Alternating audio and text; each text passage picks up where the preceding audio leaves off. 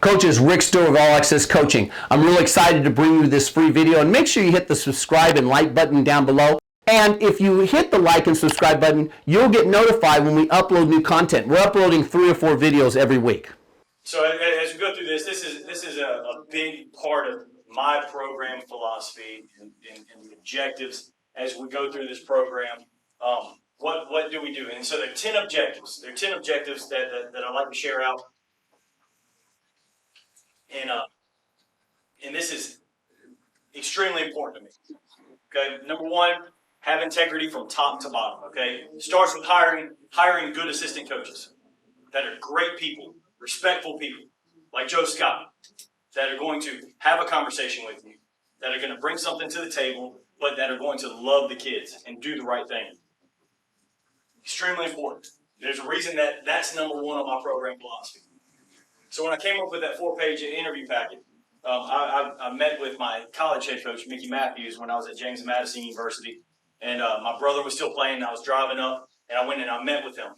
And I said, hey, I want to get into coaching. He said, do you want to be hired to be fired, or do you want to have a pretty good family life? I said, I want a good family life. He's like, coach high school ball. Don't coach college ball. He's good friends with his son, Clayton, and he's like, man, I never got to see Clayton.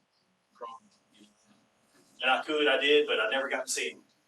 And so I was like, okay, I want to get in this high school gig. So he mentored me through a process and phone conversations and a lot of different things that went into play. And that's how I developed my interview packet, is by going through that process with him and seeing these things. And these are conversations that we had. But that was huge, and that was huge for him at the college level. We won a national championship in 2004 at James Madison, and I started looking at these things as I was going through this coaching process, and I started looking at the people that left our program at JMU and the people that we gained, and I started to see the connection between that. You need to be accessible to folks, okay? Showing up to work and going home is cool, but people want to believe that they're your best friend. It doesn't matter if you're an assistant coach or a head coach. You know, you gain the trust. You've got to understand what role that person plays in the community, but you need to be accessible to everybody, okay? And everyone, especially if you're a head coach, everybody wants to think that they're your best friend. And so, and you need to treat it as such. Those relationships are valuable. You never know who is going to talk to who or who is going to become who, okay? And so, that's big. Faculty relations, okay? Part about this is your football team is a member of your high school. We came up with the motto, we are RH. We didn't put we are RH at the end of, we didn't put football at the end of that. We didn't say we are RH football, okay? And when we talk about building the hill, that's our motto we came up with. As a football program, we came up with it, but we were like, hey, we're trying to create something here at Richmond Hill. Build the Hill doesn't talk about building a football team. It talks about building the hill, building relationships and tearing it up or breaking it down in every decision that we make throughout the day. And as you do that, the faculty relations flourish, okay? As soon as they realize, hey, you're not that stereotypical football coach that only cares about winning on Friday nights. You're invested in the kid, and you share stories about that child with that teacher to try to help them understand what this kid may be going through or some of the needs that kid has. When you're able to share those stories, you bridge that gap that we see all the time between that school building and athletics. And we do it for as many kids as we can, not even just on our team. We've got 16 coaches in our school building, which is unbelievably amazing in all the different disciplines. And so our fingers reach every facet of our school. And so we're really able to build it. We've got guys that are department heads that on our football staff that really help to build that. I've been able to hire 2 teachers as academic coaches that get an athletic stipend. They get a coaching stipend at Richmond Hill High School. And they're academic coaches. And what they do is they help bridge that gap even more, because the teacher may not listen to me. They want to send me an email when Johnny's acting up in class, but what happens when he needs help in social studies, science? They help bridge that gap and do that. And it goes to show that it's very important to us at Richmond Hill. Preparedness. I have a plan for everything. Have a plan for everything. And when I don't, I create one as fast as I can because things happen. Okay? So scripting plays. The first guy I worked with at Aquinas, we'd show up to practice and he said, "Hey man, we're gonna do team for about 30 minutes. Probably do special teams for about 15 minutes. Then we'll throw the ball, do a little skelly for about 15 minutes." I'm thinking to myself, like, where's the clock out here? Like, I have no idea what's going on. And so, something simple like that, it's okay to do those things for that amount of time, but allowing to stay on track and having a plan for it is extremely beneficial to the execution of the plan. Whether it be going through fundraising or off-season conditioning programs. What's the plan? What are you building to? Are you adapting? Like, have a plan for everything. Preparedness, lack of it will get you fired.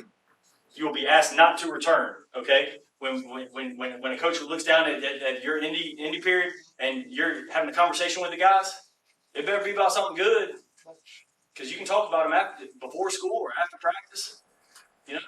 But you're down talking to your partner, and you're done with your thing. You go together. You can be killed by a hand grenade at a football practice as an assistant coach. Man, you're not doing a very good job.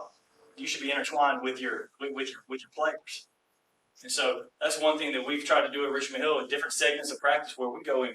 It's a water break, but we go in and we engage. Now sometimes we have to come together as a staff to adapt, because rain is a big time issue on the coast, and so that's our number one issue.